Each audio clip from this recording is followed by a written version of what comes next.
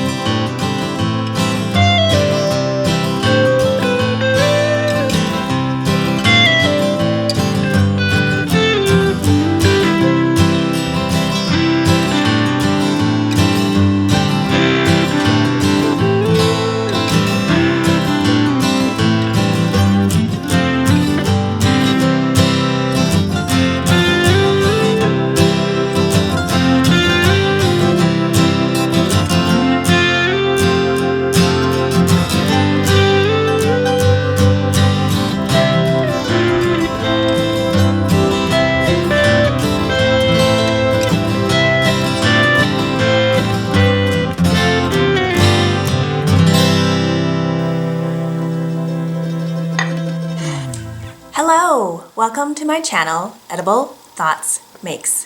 My name is Stephanie, and this channel is where I share with you my works in progress, finished projects, things I'm cooking up, books I'm reading, funny things my kids may say. My hope is that as you watch this episode and the previous episodes, that you find some inspiration along the way. We are at the end of May, year 2022, the last full week of May, and this is episode 86. A warm welcome to everybody joining me here today. It is a beautiful sunny day. This morning it was a little chilly in the mid-40s, which I think is actually a little below average for this time of year, even for us. And the high might be like low 60s today, so it is just absolutely beautiful. I have links to everything that I will be talking about in the description box below this video, so please check that out if you are looking for any more information on the designers that I chat about, maybe the yarns or really anything else. And I do use Ravelry, so Ravelry project pages will be in a separate section for people who want to find out additional information, though I will say I talk in pretty great detail about my projects here on this channel as another way for people to learn and find out more information if not, Ravelry is an accessible site for them. So all of the information, usually more, can be found here in my YouTube videos. All my videos have closed captioning provided, so you can click on that CC button in case you would like to have captions. And I think that is it for that. Oftentimes I forget to include that information until I'm kind of way into the intro part, and then I think, oh wait, I have something I need to say about that. So that's where you can find all the information. As far as life stuff, we don't have, well, not really. I was going to say we don't have a ton of stuff coming up in the garden, but we do have some things. The tulips that were not eaten by the deer or the bunnies, those ones have come up. They're kind of a pink and purple, and I will have included some of that footage in the beginning of my video here. And that would be a good time to mention, if you are new here, that I usually section up my videos here. So in the beginning, I'll usually have like a vlog of the last couple of weeks, usually different nature scenes or me knitting or winding up for a project, things like that. And then I have kind of an intro welcome section, and then I go into finished projects, then works in progress, and then an eats and reads section. And all those sections will have timestamps in the description box below this video in case you end up watching in segments or you're looking for something specific. It's a little easier to find, and that goes for me too. Sometimes I'm looking for something in a certain episode and it's much easier to find with the different chapters or timestamps in there. So what was I saying? Oh, I was talking about garden stuff, and the azalea is blooming, and that's so beautiful. And we have two different azaleas. One is kind of this glowing pinkish purple color, and that one is blooming. But the one that's more of an orangey lantern color, that one is just starting to bud up. So it'll be nice to have it spread out, but yeah, we'll see how that one goes. And that one the orangey one, we only got last year. My parents got it for me as a birthday present, and sometimes you just don't know how things will winter. So it's exciting to see things come back for sure. And tulips, yeah, so we have the tulips that were not eaten. And then, we took the kids to the Arboretum, and it was at the peak of the tulip blooming season, and they were so beautiful. You will have seen it already in the vlog footage. Those were not our tulips. I can't remember what it said on their website, but thousands and thousands of tulip bulbs had been planted. So they were reds and oranges and yellows, and they had I can't remember what it's called, but was it called double something? Where basically there's all these layers, and it almost looks like a peony with all the different layers for the tulips. And it was just breathtaking. And it was sunny when we went, and so they looked like they were glowing, and they were just absolutely beautiful. We did plant in our dahlia bulbs. So here we have to dig up the dahlia bulbs if we want them to survive for the next year. So they were dug up, stored in a dark space, and now it's time to plant them again. And honestly, we probably could have planted them a little bit earlier because some of the ones that were in the dark space have definitely started growing already. But my in-laws had sent us some more bulbs, and they are very avid gardeners. My mother-in-law is a master gardener, and she passed on her green thumb to my husband, and so we grow a lot of things. And anytime we have questions about how to grow something, we usually ask her. But she sent us some more bulbs, and so we have lots of dahlia bulbs to plant. And my husband built another raised garden bed to replace a section that was just not well used. And so I think that spot in our garden will be much more functional now. And so a lot of the bulbs went in there. So we are really excited to see how those go, and hopefully they will be well protected from some of the wildlife that really like to eat everything. And honestly, I can't blame them. I mean, if I'm going to plant stuff that they like to eat and then potentially not fence it off, I mean, I'm basically welcoming them to like a buffet, right? So it's our own undoing. I cannot complain too much. I mean, yes, I can complain anyway, but it's really my own doing, right? Do you plant stuff? Do you have bunnies and deer eating all your things? The other thing is, whenever we go for walks around this time of year, we always see the beautiful crabapple blossoms, the light pink, the white, the darker pink, and the red buds that are this vibrant pinky purple color. And we always think, oh, it would be so nice to have a crabapple tree. But we only think of it, you know, right when they're always blooming. And so we haven't gotten a crabapple tree. But my mom was saying, why don't you just, you know, continue taking these walks and just enjoy everybody else's crabapple trees, and instead of trying to figure out where you can put one on your, you know, yard. So I think that's just what we'll do for now. We have lots and lots of neighbors with beautiful, beautiful crabapple trees. And what's so lovely is when the wind blows and you get all the petals coming down, oh, it's like time stops, or it's in slow motion as they are raining down over the sidewalk. It is so beautiful. So today I have, I think, one finished project to talk to you about. The other one I might save for the next episode. And I'm here chatting with you a little less than 2 weeks from the last time I recorded. And part of it is, once the kids get out of school, I'm not quite sure how these recording sessions are going to go. And I do have some things that I want to chat about before that uncertain recording time comes along.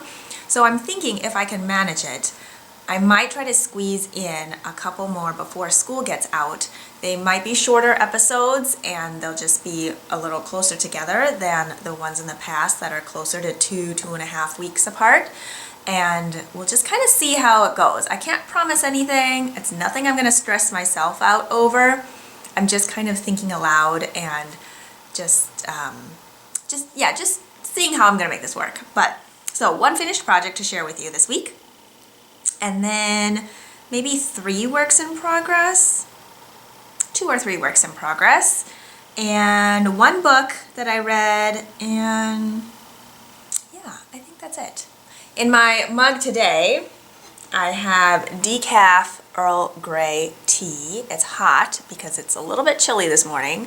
I do have the windows cracked because who doesn't love birdsong and the fresh air? But it's a bit chilly to open them up all the way. And I think some of the house plants that are next to the window probably wouldn't love like a 45-degree breeze blowing on them. So they can enjoy the sunshine and a little bit of fresh air, and maybe later we will open them up all the way. So let's chat.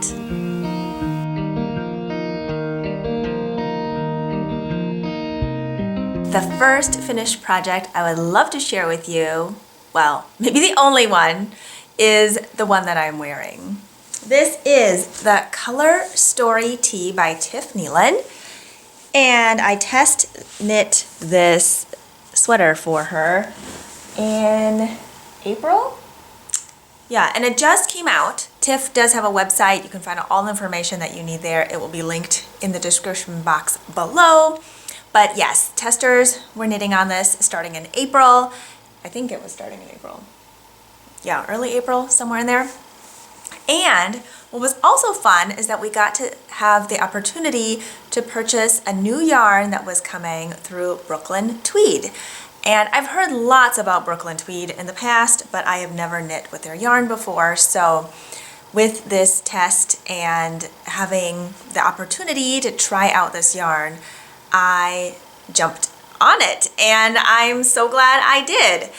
This is not completely knit out of the Brooklyn Tweed yarn. Now, let me see if I can find my tags here. It is their new line called Imbue, and this is the tag. It's a really pretty watercolor themed tag. It is American Merino wool, worsted weight. It comes in 50-gram skeins, 104 yards for the 50 grams, and it's worsted spun, 5-ply, and 20.7 micron fine merino. It is super soft. It is non-superwash, so it's not superwash, but it's super soft. I feel like there's this perception that if something is not superwash, that it's got to be rustic. And when people say rustic, they tend to mean prickly or rougher or really dry. And I have very limited experience with, a multitude of different yarns from different sheep breeds, from different fiber content. And I just, I haven't tried them all, so I can't really tell you. I can only compare to what I know, right? And what I have to say is that even if this is non-superwash, I do not consider it dry, scratchy, any of that. It's very soft next to skin. I found it a very round and bouncy yarn to knit with. I want to say the diameter, but the thickness of the yarn I didn't find completely consistent throughout. Now that could either bother you or not bother you. It did not bother me. It wasn't always thick and thin, like some yarns I feel like are very thick and thin, but I definitely noticed it. There were some sections that were just slightly thinner than other parts, and that's fine with me. It was just the nature of the yarn. Now I don't have any of the yarn remaining to show you because I used up every last inch. The colorway I used was Boro, and it's this beautiful navy with a little bit of heathering in it. I'm going to come up closer so maybe you can see there's like a little bit of teal specks in it. It's definitely not a flat navy. And then I decided to pair it with yarns that I had from another test that I did for TIFF, the Stripes of Joy pullover, and that one used Pearl Soho's linen quill worsted yarn. And that was what she knit her sample with. And I had yarns remaining from that. The green here was actually a full skein to begin with. And I had potentially thought I would use that for that test knit, but the color story that I was going for in that one, the green just wasn't vibing. And I used it in this one though, because I love the green and the navy together, and the rest of them were all in my Stripes of Joy pullover. So I have this coral, this very neon coral, and that is Bright Flamingo. This cream color is Pale Oats. This green is called Fresh Pickle. The yellow is Turmeric Yellow. And I used all of the turmeric yellow, so I have none left of that. And I think I went a little bit higher than the yardage recommendations for that because I think my gauge actually loosened up in the color work, so I ended up using a little more. But it was fine. I mean, I calculated everything ahead of time, so I knew what kind of yarn chicken I was playing, and this is just the way I go. If you've been watching for a while, you know that I calculate everything to like the 0.0 something of a gram, and I love to use up whatever yarns that I have. It's very satisfying. It's kind of like, I've made this comparison before, so you may have heard it already, but it's like putting away leftovers in containers. I love getting it like just right where the lid still goes on without things squishing out, and it takes up just the amount of space that it needs to take up. And that's kind of how I feel about using yarns that are not from full skeins, because it's so satisfying. It's like that piece of the puzzle fits right there, and that is where it's meant to be used and where it's meant to be. And the other colors, I do have, I think, some remaining, which again is fine too. So here's the bright flamingo, and I love this color. It's so bright and it's the perfect pop of color. This pale oats is clearly a lovely neutral. It's a good cream color that is also great for color work. And then here is the pickle color, which is a fun grassy green. And because the linen quill, it's fine Highland wool, alpaca, and linen. The linen doesn't take the dye, and so it gives it this heathery look with that white sticking out. And my reasoning for this color story is spring coming out of a very long winter. And we had snow in April, which is just what happens here. It's just natural. But it just felt like it was staying cold for a really long time. And this navy, to me, was kind of those darker winter days. And then you have the bright flamingo color, which are those tulips coming up. The white here were those remaining snowflakes that came but didn't necessarily stay very long. The green are those fresh sprouts coming up, and then the grass that we got to see again after many, many months of not seeing any grass. And the yellow for me represents like the daffodils and the sunshine coming through, especially down here with this kind of like chevron motif. It makes me think of sunshine, sun rays, and all of this together I feel like is just so cohesive. And then there's some color work along this bottom section as well, and with the green on the bottom, that's like the grass. And since I ran out of the main color, my sleeve cuffs are also green. That part's supposed to also be navy. And I knew that I was going to be cutting it close from the beginning, so it's not, you know, it's not anything on the pattern. The pattern recommendations, I'm usually pretty close to Tiff's, not recommendations, what do you call it? Estimations, approximations. But I think because for the sleeves, I went up a needle size from my body stockinette portion, which for some people, if they knit smaller circumferences, they tend to knit tighter. And I'm beginning to think that maybe I don't knit tighter unless I'm doing magic loop. If I use magic loop for sleeves, I think my gauge does end up tighter. So it is a good idea to go up one size from whatever I'm doing the body stockinette portion in. But otherwise, I might be able to just stick with the same. So I think that's probably why I ran out. The sleeve, I think circumference is still just fine. But I think that might be why. It still turned out just fine. I absolutely love it. My gauge usually matches Tiff's if I go down one needle size from what she uses, because she's a tighter knitter than I am. So instead of using, instead of using US 10 in the color work, I used US 8. Instead of using US 8 in the stockinette portions, I used US 7. And except for the sleeves, I did the US 8, but I probably could have used US 7. And yeah, I don't think I changed anything else. She has an option for cropped, which I find with Tiff's cropped lengths, they're not super cropped, which is more my style. I don't like them super cropped. I feel like her cropped length hits, I think, right at the top of my hip. So I'm wearing a high-waisted elastic skirt that I self-drafted maybe 10 years ago.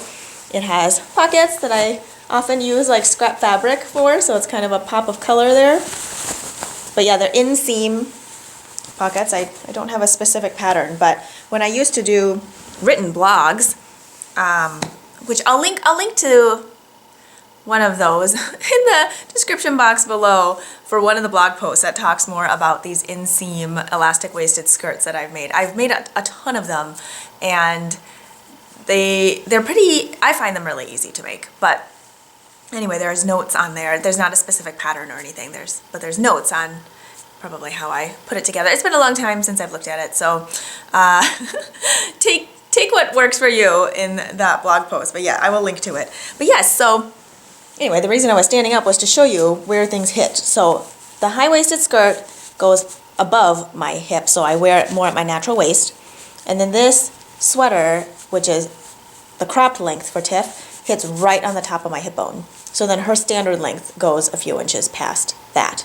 If you like it more cropped, then I would just decrease the amount of stockinette rounds that you have before you get to this color work section in the hem.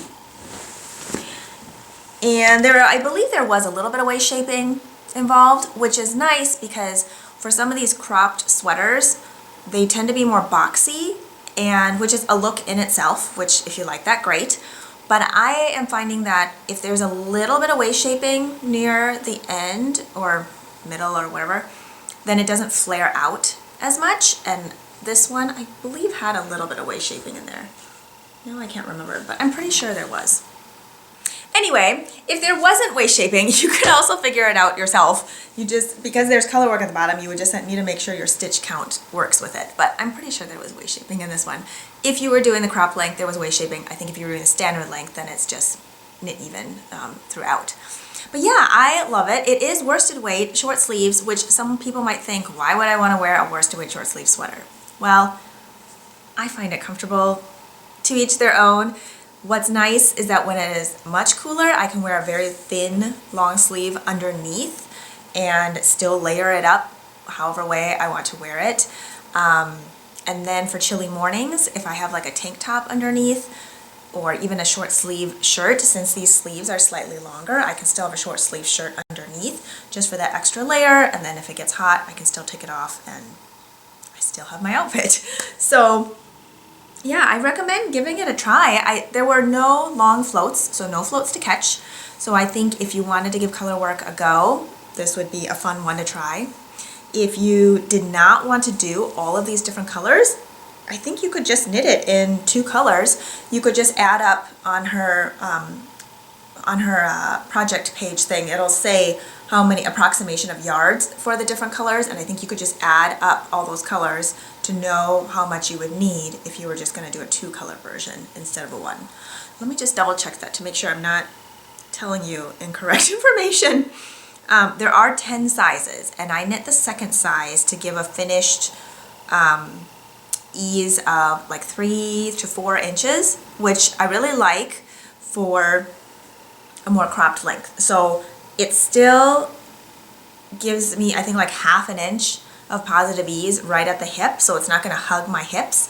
That's something I wanted to talk about too for choosing sizing. So just because a pattern lists the chest circumference, that may or may not be the same, as your hip circumference. And depending on the length of the sweater, that affects what size I pick. So if it's a cropped length, I don't mind if it's going to be smaller than my hip circumference or right at my hip circumference. But if I'm knitting a standard length, I'm going to want at least 1 inch of positive ease from my hip circumference so that it's not going to be tight on my hips. So, what was I looking up here again? Oh, yardage. That's right. Yes, she gives out all the yardage for cropped or standard length, main color, and then each of your contrast colors, which I find super helpful when you're shopping for yarn or figuring it out, based on what you have. Because if I don't have the right yarns or yardages, I may not make a pattern because I want to use what I have. Or if I'm shopping, I want to make sure I get just the right amount. I don't want to just guess and then have a bunch of stuff left over or run out and then not be able to figure out how to use or how to find more yarn for whatever part that I'm missing. So I find the more information a designer gives up front, the more likely I am to invest in that pattern, because then I know what I'm getting myself into.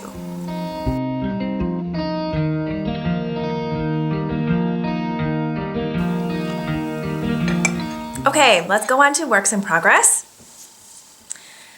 I have this cute little patchwork project bag. I think I've shown it on a previous episode, maybe a couple episodes ago. I love it. It's so fun. And the inside has lavender and horseshoes.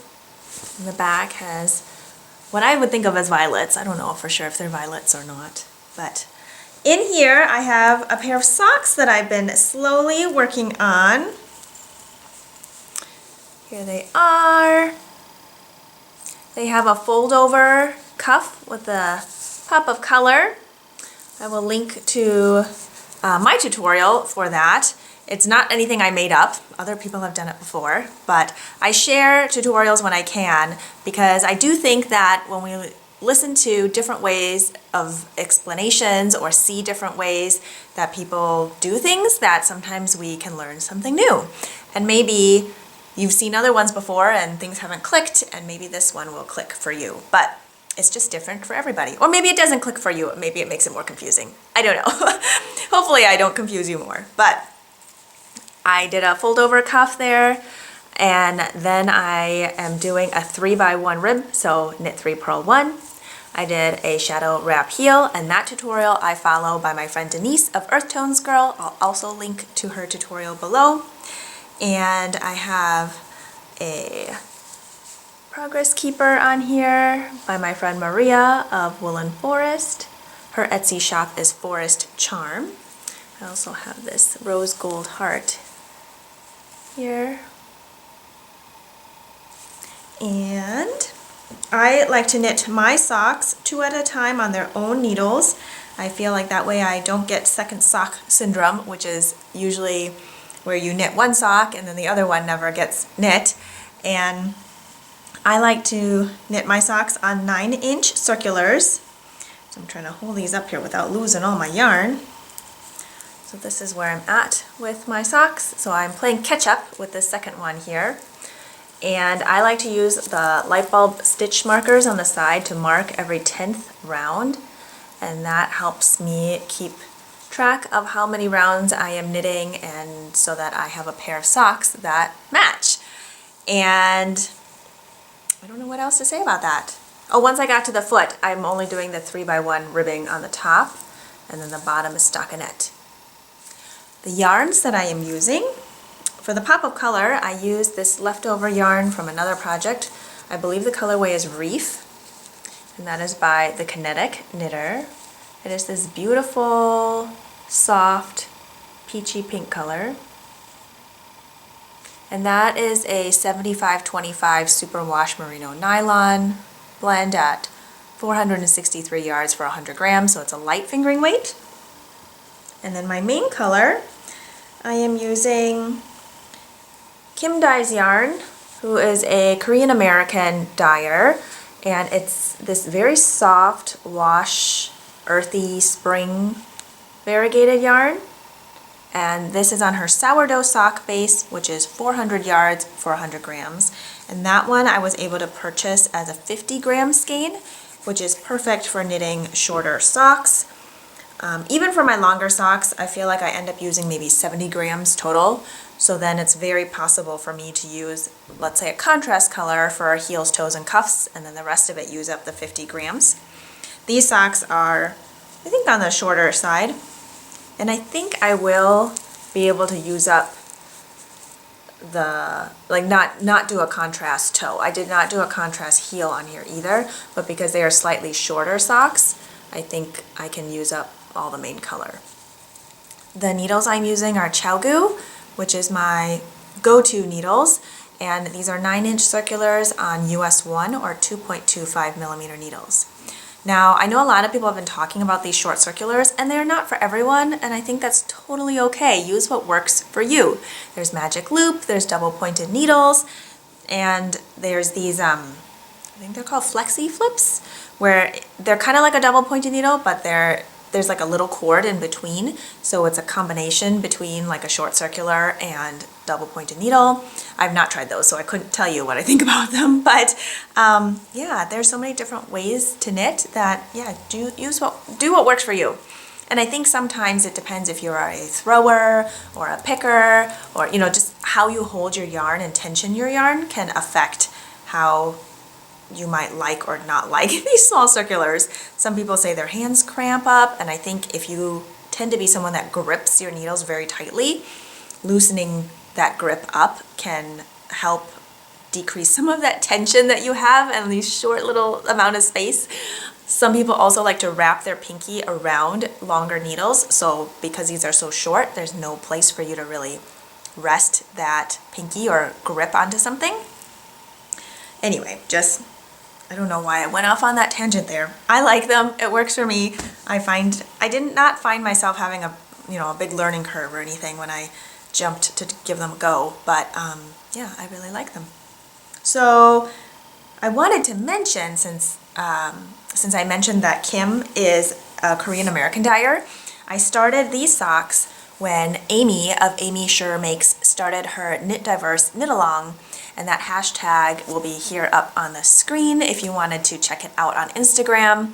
She's hosting weekly prize drawings for it. I am along for the ride and to support other makers, and I believe it goes through the end of May.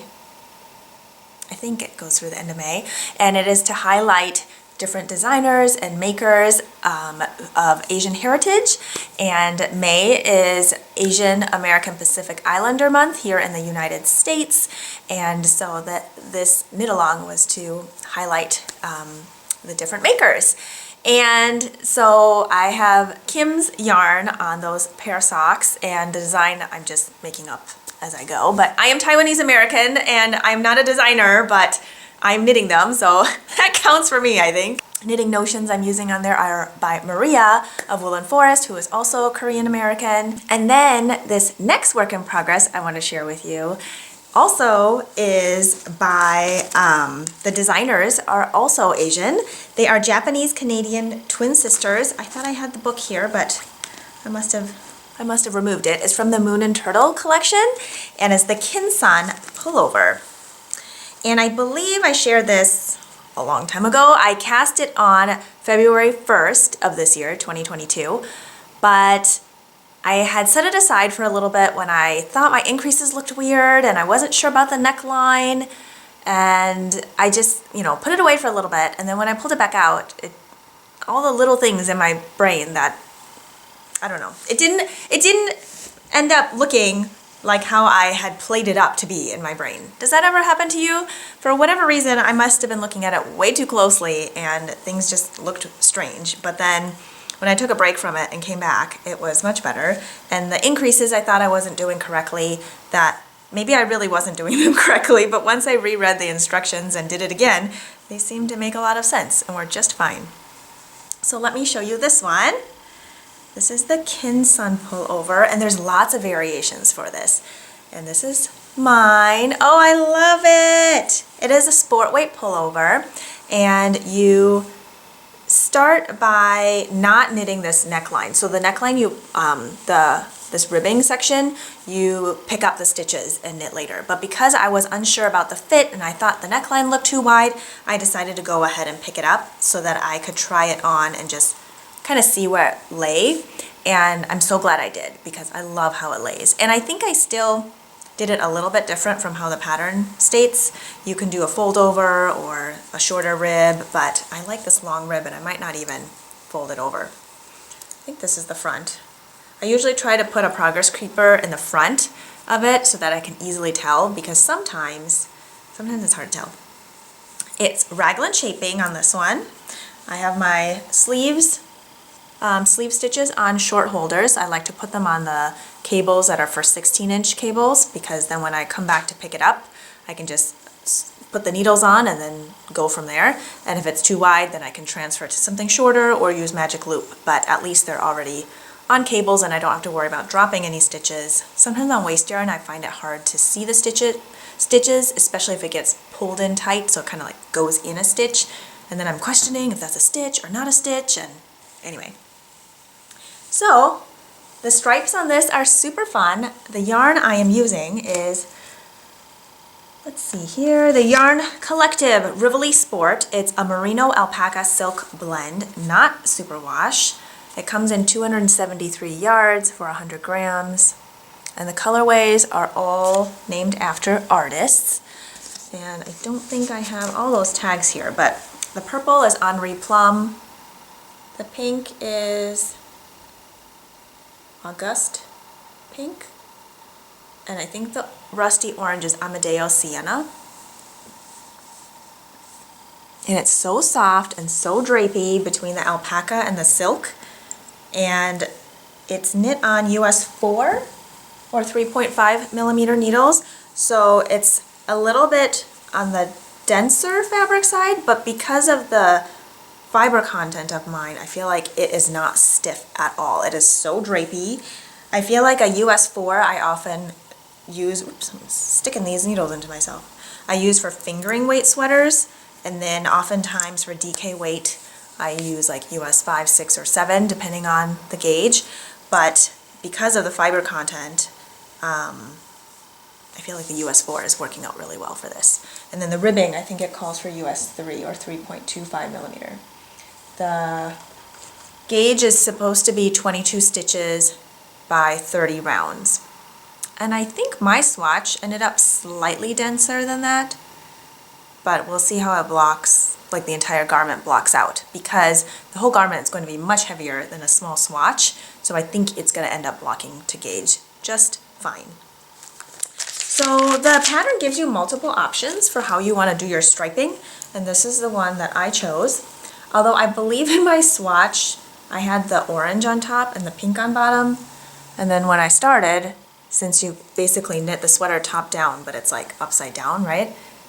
I reversed it, which is fine. I'm not sure I had really quite decided, because on the swatch, there's not like a top and a bottom, but yeah, I really like how this is working out. I think it's really fun, and my goal for this is really to finish it by fall. I'm probably gonna do long sleeves on it, or maybe 3/4 length sleeves. I don't know. We'll see when I get there. And I have plenty of yarn, so I think I will make this one a full length sweater. I just imagine this being perfect for when the leaves are falling. And yes, you know, we just are hitting spring, but sometimes you think ahead.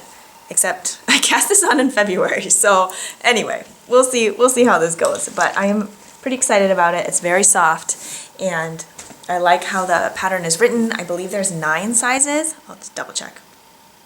9 sizes. The smallest one being 34-inch chest circumference, and the largest one being 66-inch chest circumference. And I am knitting the second size to have about 6 inches of positive ease, which is what's recommended in the pattern, I believe. Actually, I don't know if they recommend a certain amount of ease or not. Something I really like about this pattern is they give the measurements for all the models in the book, and that way you can tell how a sweater fits with different amounts of ease or different lengths, and that is so helpful when you're trying to choose what size is going to potentially work best for you. I have been working on my half and half triangles wrap, the 4th one, the one I named Garden Bouquet, but there's not really much to show. It has grown a little bit, but I'm not going to pull it out this time. I will maybe share it next time.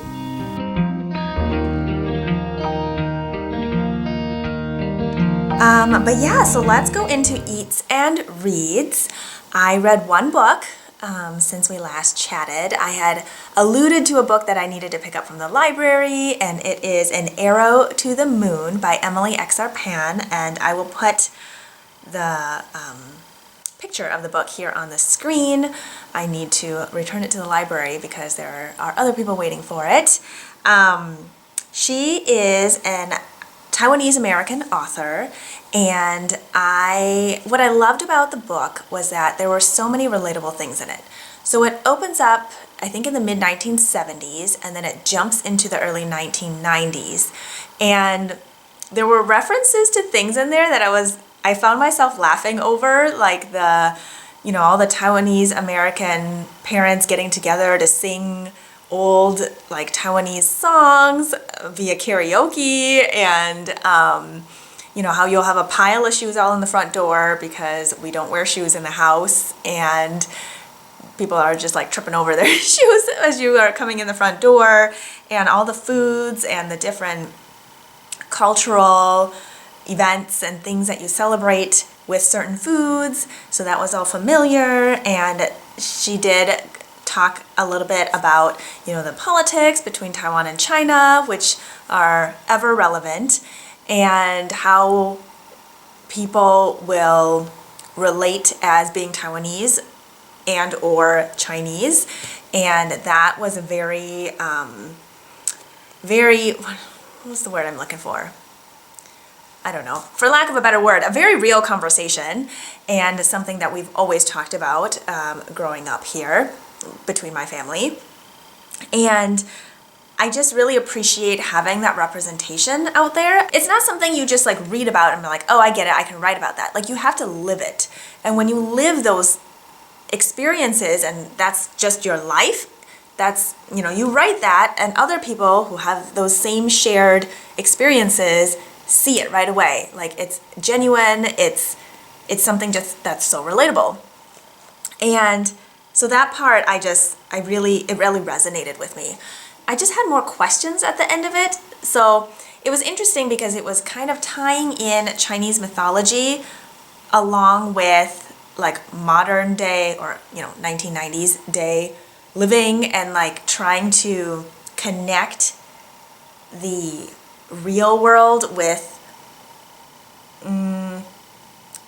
like magic isn't the right word. I am having issues with finding words today.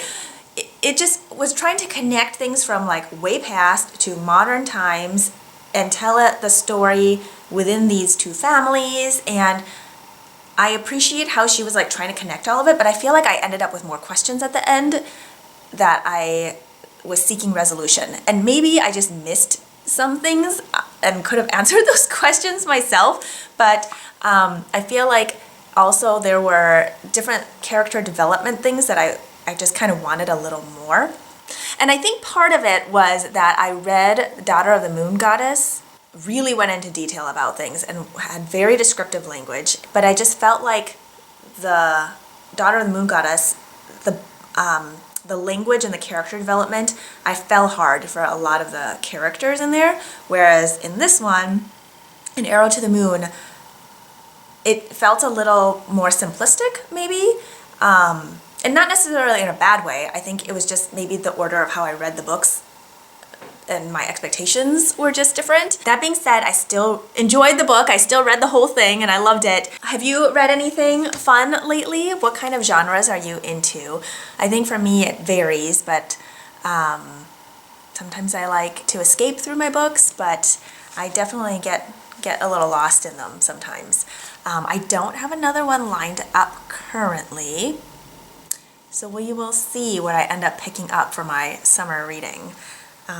Yeah, I have some rhubarb that I plan on cooking into a pie or a crisp today, and that'll be fun. We've always wanted to grow rhubarb, but somehow we always miss like the season on planting them, or we can't find the seeds, or I'm not really quite sure. We don't always think of it until like March, April, May rolls around, and then I feel like it's too late. So we did get some though, from, I think, a coworker of my husband. Overheard him talking about rhubarb to somebody else and brought him some rhubarb the next day, so that was awesome. But yeah, I will be baking that rhubarb into a pie or a crisp with some strawberries. I think I still have some in the freezer that we saved from last summer when we went strawberry picking, so it'll be a good time to use those up. Are you baking anything this week, or have you baked anything lately that is just so yummy you have to share? I would love to hear about it. But yeah, I think that is it. I think I'm gonna try to hop back on here in another week and a half or so. I can't promise anything, but I think that's what I'm going to plan to do. There was a little sneak peek at the end of the vlog of some yarn I wound up for another project, and I did share that in on my grid on Instagram. So if you want to see what it turned into, check it out there. And if you can't check it out there, or don't want to, or whatever the case may be, I will share that item on the next episode. So until then, cheers to being creative, and I will talk to you later. Take care.